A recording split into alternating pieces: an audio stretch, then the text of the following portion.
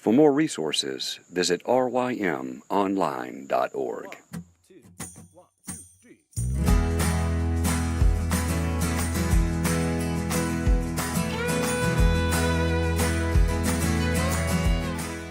The Local Youth Worker is a daily podcast that's centered on 5 questions each week.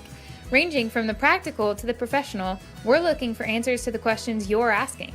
Whether you're in full-time, part-time, or even volunteer youth ministry, this podcast is for you.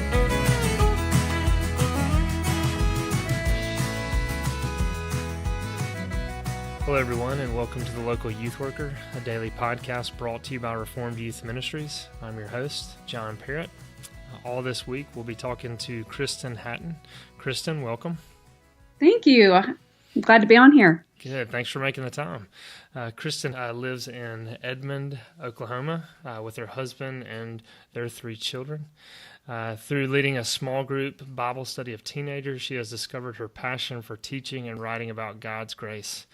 She is the author of FaceTime, Your Identity in a Selfie World, and that's something we'll be discussing more this week. She's also the author of Get Your Story Straight, A Teen's Guide to Learning and Living the Gospel. And then the forthcoming book, The Gospel-Centered Life in Exodus for Students. This releases in July, is that correct? Yes, July 23rd. All right, and that's something we'll actually talk a little bit more about on Friday. So, Kristen, would you mind just telling us a little bit more about your family and then kind of how you got into writing? And that'll probably serve as a good segue for our questions this week. Yeah, sure. So I am a pastor's wife. I met my husband in Dallas when he was in seminary, and his first job was in Waco as the RUF pastor at Baylor.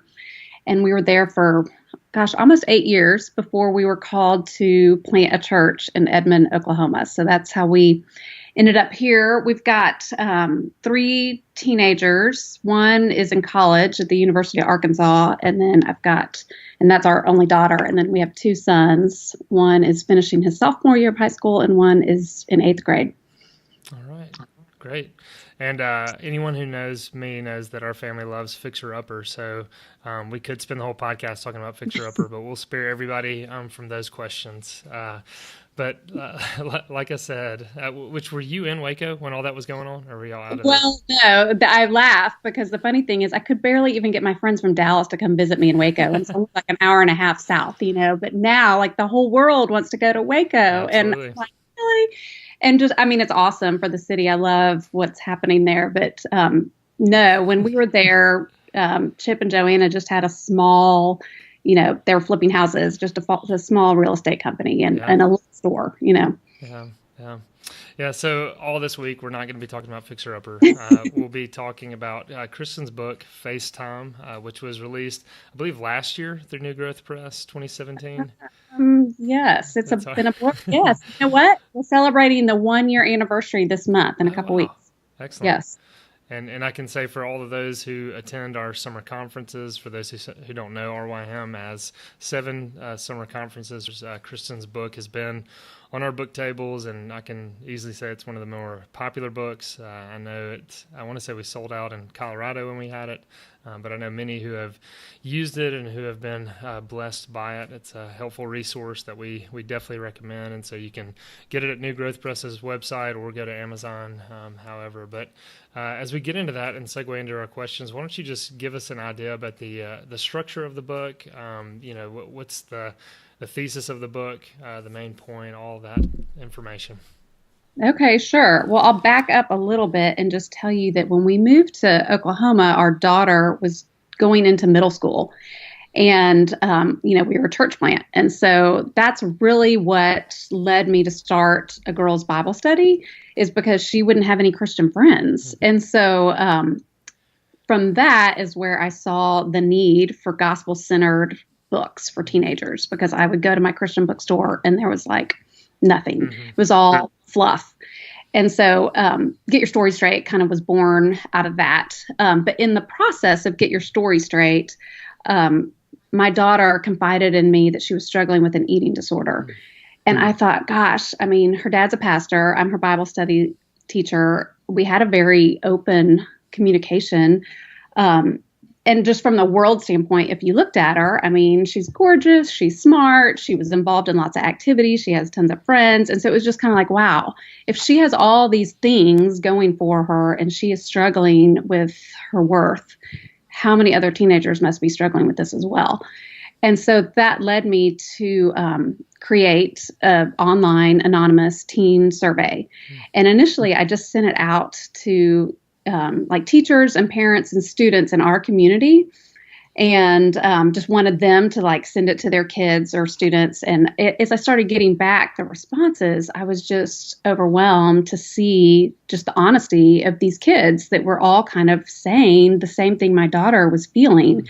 And I know the type of kid in our community is very high achieving. I mean, you would look at them. I mean, they're the kids that have an amazing resume. I mean, they look like they're the whole package. Mm-hmm.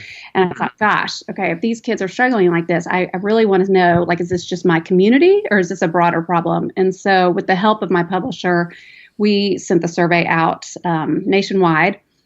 And I continued to get responses back. And it didn't matter whether the girls lived in a big city, in a rural area, where in the country they lived, if they were private school, public school, homeschool, like none of that mattered. I was getting the same responses. And it was really just eye-opening and heartbreaking. And that is really the foundation of what led to FaceTime, because I was just collecting all this data. And I mean, now we see tons of kind of similar reports, but I felt like at the time that I gathered this information, we didn't have all the same articles and information that we're seeing now about teens and social media and anxiety and all that stuff. So I wanted to just offer teens real help. I wanted to point them to Jesus and who he is and why their identity must be tagged to him and nothing else. That's fascinating. I didn't realize that about all the survey. And so as I know you had published, what was your first book, my mind, to Get Your Story Straight. And so you're talking to this publisher. Did you have this kind of seed of an idea of, okay, I want to talk about this, but not really know exactly what it was? And then it was kind of through the survey that y'all started working in tandem and kind of getting that survey out to a broader population that kind of birthed the book, so to speak? Sorta. I mean, honestly, I was still buried in the editing of Get Your Story Straight. So the furthest thing from my mind initially was another book. You know, I hadn't even published my first book at that point.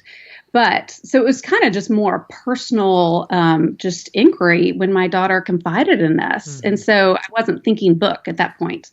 But through a conversation with my publisher, just kind of telling her what I had done with this survey and what I'd found out, you know, we just kind of started dreaming that, oh my gosh, this could be a book.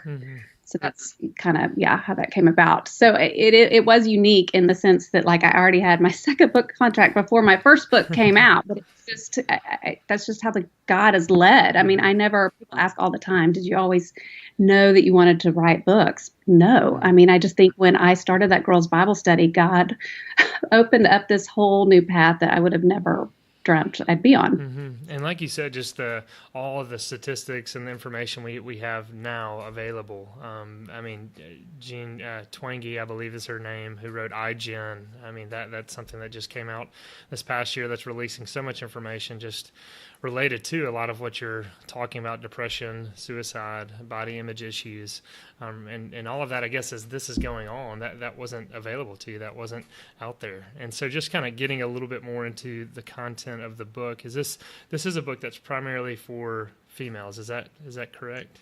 Yes, it is. It is definitely written to females. Although, I mean, as a mother of sons, I know that boys struggle in this very same way. So really, the book's divided up into two parts. Part one, it looks very different than part two. Part one is really talking about the nature of sin, like why we're broken, and then how we, try to look for our identity in false things. We turn to idols.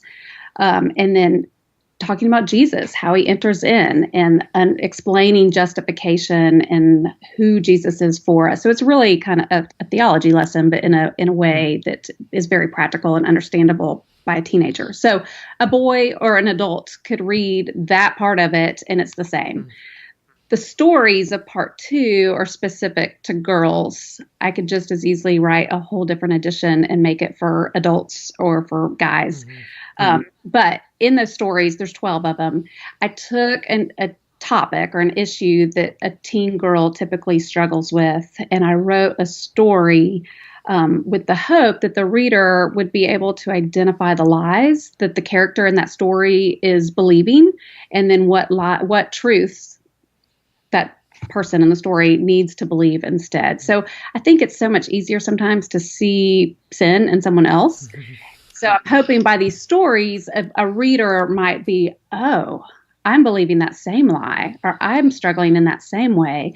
And so they'll see themselves wrapped up in these stories, maybe in multiple stories, and then be fed with the truth to see what it is what truth do they need to reorient themselves back to the gospel of Jesus Christ. Yeah, that's excellent. And just, I mean, as anyone who's around teenagers or preteens or even younger now, we know that they are attached to smartphones and they are on various social media platforms. And so for you, just alone to give them a biblical framework to show that Scripture does speak into this, that Scripture is relevant to all of life. Just such a helpful thing for teens to have, that now they can have this biblical worldview as they pick up their smartphone, as they get on Instagram or whatever social media platform to see, okay, and be aware, like you're saying, of just how they're getting their identity, their worth from so many other things.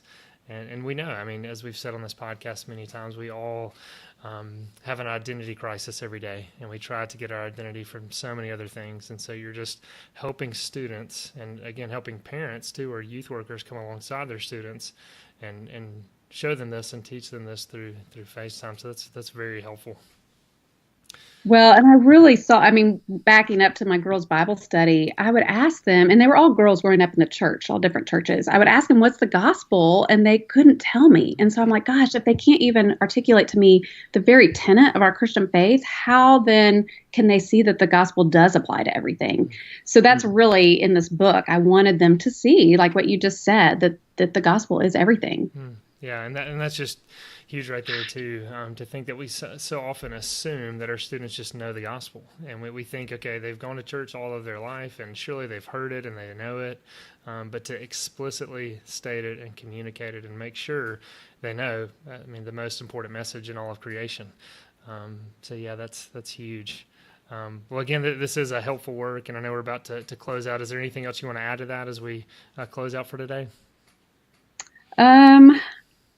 The only thing I would add is that social media is changing so quickly, and just issues are changing so quickly. So now, like, I look at the stories in my book, I'm like, gosh, I wish I had something on anxiety and depression, because I feel like just in the last couple years since I wrote this, that's just skyrocketed. So, I mean, I don't know, I kind of need an addendum. Oh yeah, I mean that's one of the challenges, is obviously talking about anything kind of related to technology. It's going to be different the next day, and that actually serves as a good segue, as that's something that we'll discuss tomorrow. So again, Kristen, thanks so much for that. Thank you.